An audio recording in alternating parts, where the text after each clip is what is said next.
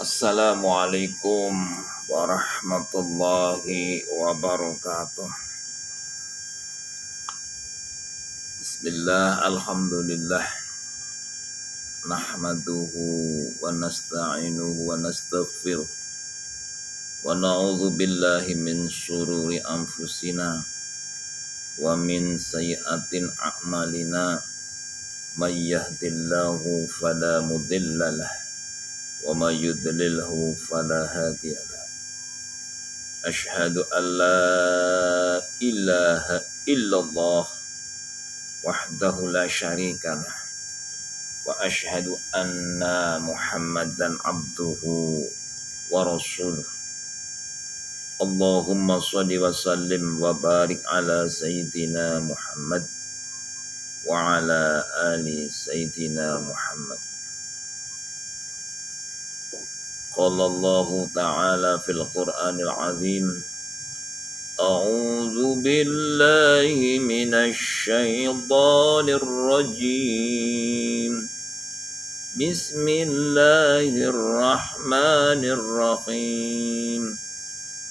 Fa idz ta'adzana rabbukum la in syakartum la azidannakum wa la in kafartum inna azabi lasyadid. Al-ayah amma ba'du. Kepada semua pemirsa dimanapun berada, muslimin muslimat, mukminin mukminat, rahimakumullah. Sekarang kita akan menghadapi tahun baru 1 Januari tahun 2023. Marilah kita bersama-sama manjatkan puji syukur kehadirat Ilahi Rabbi yang telah menciptakan manusia yang paling sempurna jasadnya, dan yang paling sempurna lagi karena memiliki akal. Dalam Quran suratin Allah Subhanahu wa taala berfirman, A'udzu billahi minasy syaithanir rajim. Bismillahirrahmanirrahim. Laqad khalaqnal insana fi ahsani taqwim. Sungguh Allah telah menciptakan manusia fi ahsani taqwim, sebaik-baik bentuk. Bentuk apa yang dimaksud di sini? Karena manusia diberi akal, sehingga kalau akal sudah tidak mampu kita gunakan, kata Rasul mengatakan al-insanu hayawanu natik,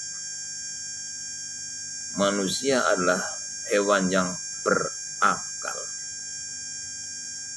Jika manusia sudah tidak berakal, ia benar-benar seperti halnya hewan. Bayangkan hewan tidak tahu halal dan haram, tidak tahu milikku atau milikmu. Yang penting makan, tidur, bangun, makan lagi. Tapi manusia berbeda dengan hewan jika mampu menggunakan akal kita. Maka dari itu marilah kita syukuri nikmat Allah yang besar, nikmat hidup, nikmat sehat, serta nikmat-nikmat segalanya yang telah diberikan Allah kepada kita. Dari bumi kita dikeluarkan, dari langit diturunkan. Bahkan manusia menginginkan min haitsu la yahtasib, datangnya rezeki itu dari arah manapun. Tapi apa? Manusia banyak yang ingkar terhadap nikmat-nikmat yang Allah berikan. Padahal Allah memberikan nikmat itu sebagai sarana untuk menggapai kebahagiaan akhirat. Ingat, Rasulullah SAW bersabda, Bismillahirrahmanirrahim. Idza mata ibnu Adam inqata'a 'amaluhu illa min salasin shadaqatin jariyatin aw ilmin yuntafa'u bih aw waladin shalihin yad'u lah. Itu sabda Rasulullah SAW. Jika manusia mati, apa kata hadis? Inqata'a amaluhu, maka terputuslah segala amal perbuatannya. Yang biasa bekerja berhenti karena mati. Yang biasa jadi guru, ya berhenti jadi guru karena mati. Yang biasa sholat rajin 5 waktu tidak pernah terlupakan, subuh, duhur, asar, maghrib dan isya selalu berjamaah. Tapi kalau sudah mati, ya sudah selesai. Yang menjadi pedagang juga begitu. Semua sirna begitu saja.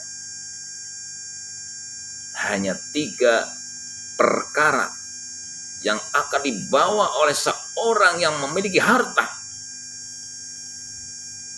Yaitu yang pertama, orang yang gemar bersedekah, orang yang gemar berinfak.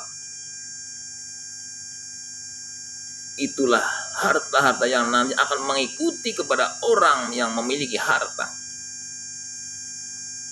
Terutama sedekah wajib. Apa itu? Zakat. Sudahkah engkau membayar zakat? Sebagai seorang petani, berapa hasilmu setiap panen? Tahukah prosentase kewajiban dikeluarkannya zakat seorang petani? Memang ada yang 10%, ada yang 5% kita keluarkan.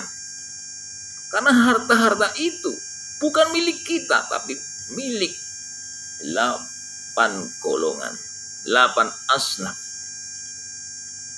Seperti yang difirman oleh Allah dalam Quran surat At-Taubah. Innamas shadaqatu lil fuqara wal masakin ila akhirih. Itu hak mereka yang 5% atau 10%. Yang 10% bagaimana? Jika seorang petani telah panen mencapai nisab dan pengelolaannya yang wajar tanpa menggunakan pembiayaan yang besar, maka zakatnya 10%. Berapa sih nisabnya? Di sini ada beberapa keterangan. Ada yang mengatakan 650 kg sudah masuk atau sudah wajib dizakati. Ada yang mengatakan 750 kg sudah wajib dizakati. Ada yang mengatakan 1 ton atau 1000 kg baru kita keluarkan zakat. Tapi bagi orang yang pelit, tidak biasa bersedekah, ibadah dan sebagainya, nanti, saya bukan orang kaya, dimakan sendiri saja kurang. Inilah orang Islam yang tidak mampu menggunakan akalnya. Maka dari itu, Ingatlah untuk menghadapi tahun baru ini, rubahlah semua hal-hal yang masih belum baik, semua kewajiban-kewajiban yang belum kita tunaikan tadi. Sebagai seorang Islam, terutama sholat, yang belum biasa sholat, ya mari kita rintis untuk melakukan sholat 5 waktu. Yang sudah terbiasa sholat, ya kita disiplinkan tepat pada waktunya. Karena sholat itu lebih baik adalah di awal waktu. Kata Rasul, afdhalus sholah fi awali waktiha, di awal waktu. Kenapa di awal waktu? Bila seorang yang mati sudah masuk waktunya sholat, apakah orang itu tidak hutang sholat? Tetap wajib hutang sholat. Maka dari itu Rasulullah SAW mensabdakan, berusahalah kita sholat wajib di awal waktu. Begitu masuk waktu sholat, cepat-cepat kita melaksanakan sholat. Cepat-cepat kita masuk, terutama yang laki-laki. Orang laki-laki sembahyangnya ngentuk di rumah, di musola, di masjid diisi. Kalau orang perempuan justru utamanya di rumah. Laki-laki itu, bayangkan di masjid manapun, kebanyakan apa? Yang jamaah siapa? Perempuan. Padahal yang setengah wajib adalah laki-laki. Sehingga Rasulullah dulu, jika seorang muslim tidak pernah jamaah, disuruh untuk dibakar rumah. Bayangkan. Menandakan bahwa sholat wajib 5 waktu bagi laki-laki adalah harapannya lebih baik, bahkan justru wajib dilaksanakan di masjid-masjid atau tempat-tempat yang biasa digunakan untuk sholat. Apalagi yang dekat masjid,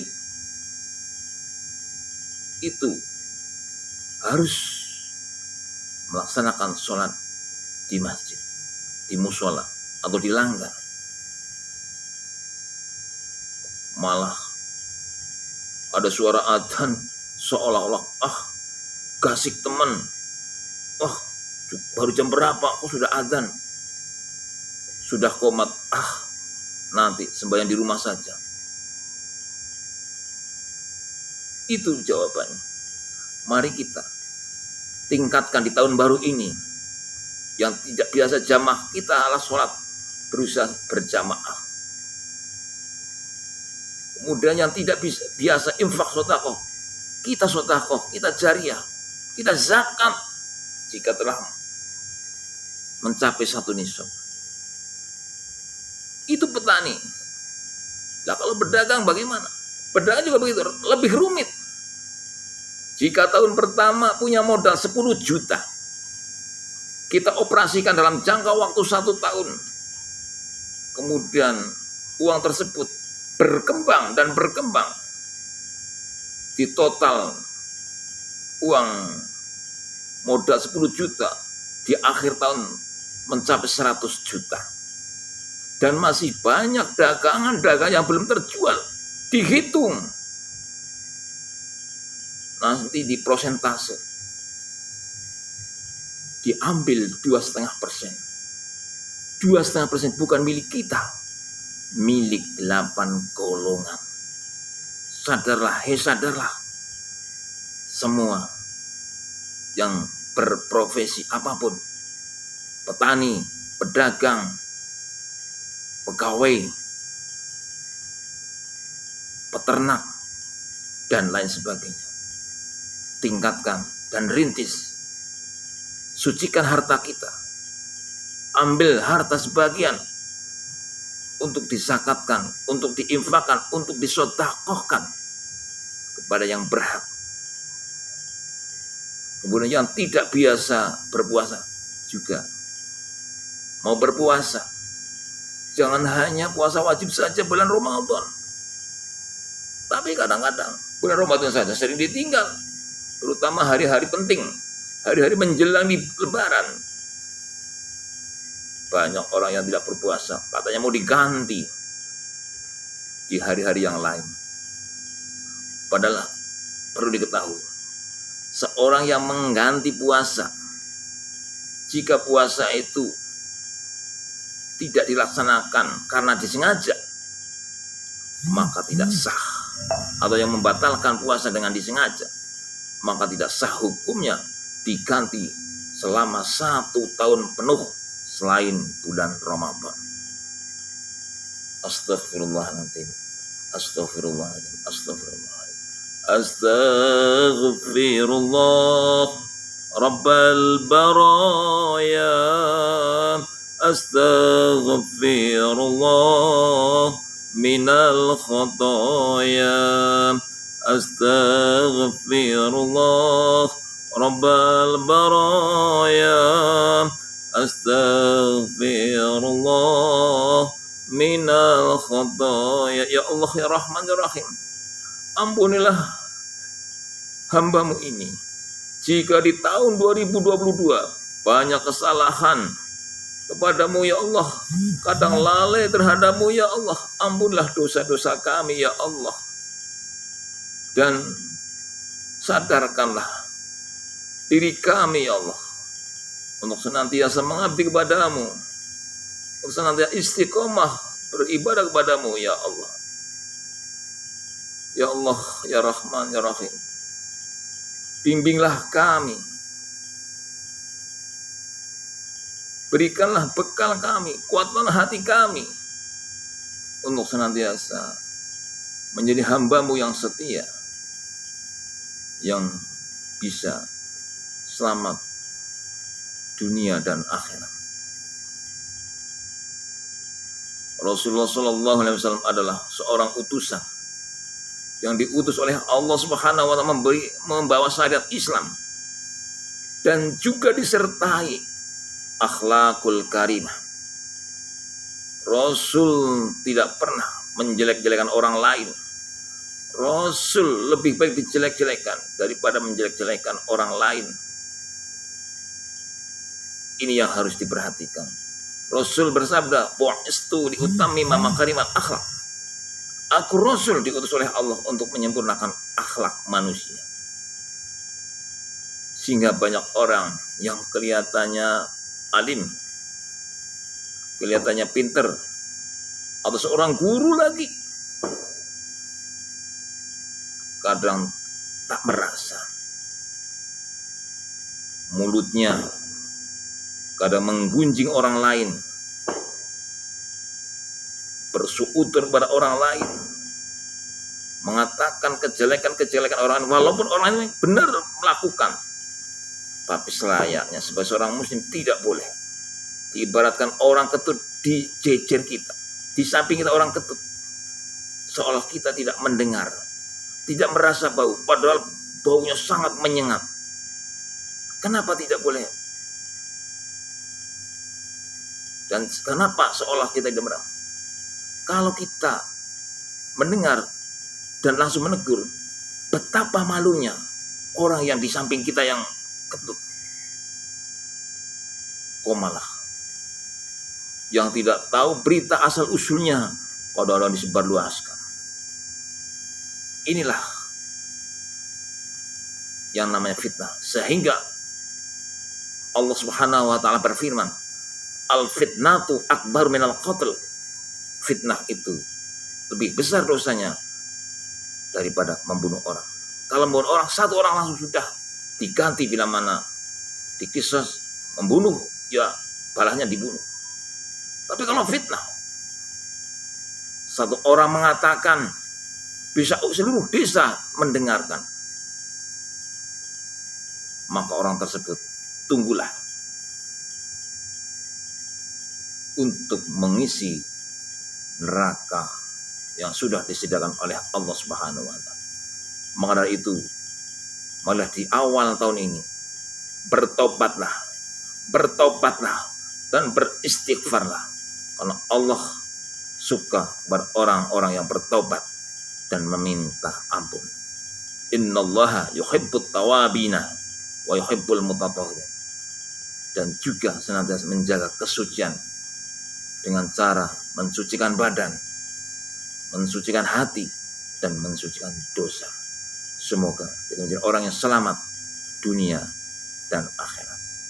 Amin, amin, ya Rabbal Alamin. Kiranya itu saja yang bisa disampaikan di penghujung tahun 2022 untuk menghadapi tahun baru 1 Januari tahun 2023. Semoga di tahun baru ini kita semuanya, semua masyarakat Indonesia, semua masyarakat muslim di seluruh dunia diberi kekuatan, diberi kesehatan, serta ditetapkan iman Islamnya, sehingga bisa melaksanakan dengan penuh semangat, dengan istiqomah sampai akhir hayatnya.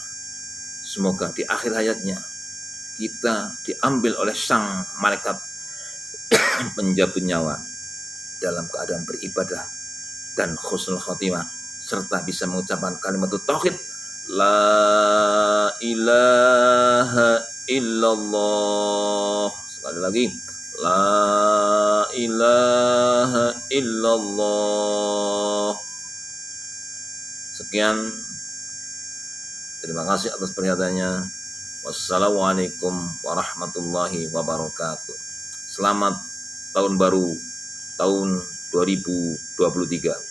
Semoga Allah Ta'ala senantiasa melindungi kita, mengarahkan kita ke jalan yang terbaik. Dan semoga kita menjadi orang yang senantiasa berkah dalam segala-galanya. Umurnya berkah, keluarganya berkah, rizkinya berkah. Sehingga terbebas dari penyakit-penyakit yang mengganggu amal ibadah kita dan akan mengganggu keselamatan kita di hadapan Allah Subhanahu wa Ta'ala. Sekian, wassalam, selamat tahun baru tahun 2023.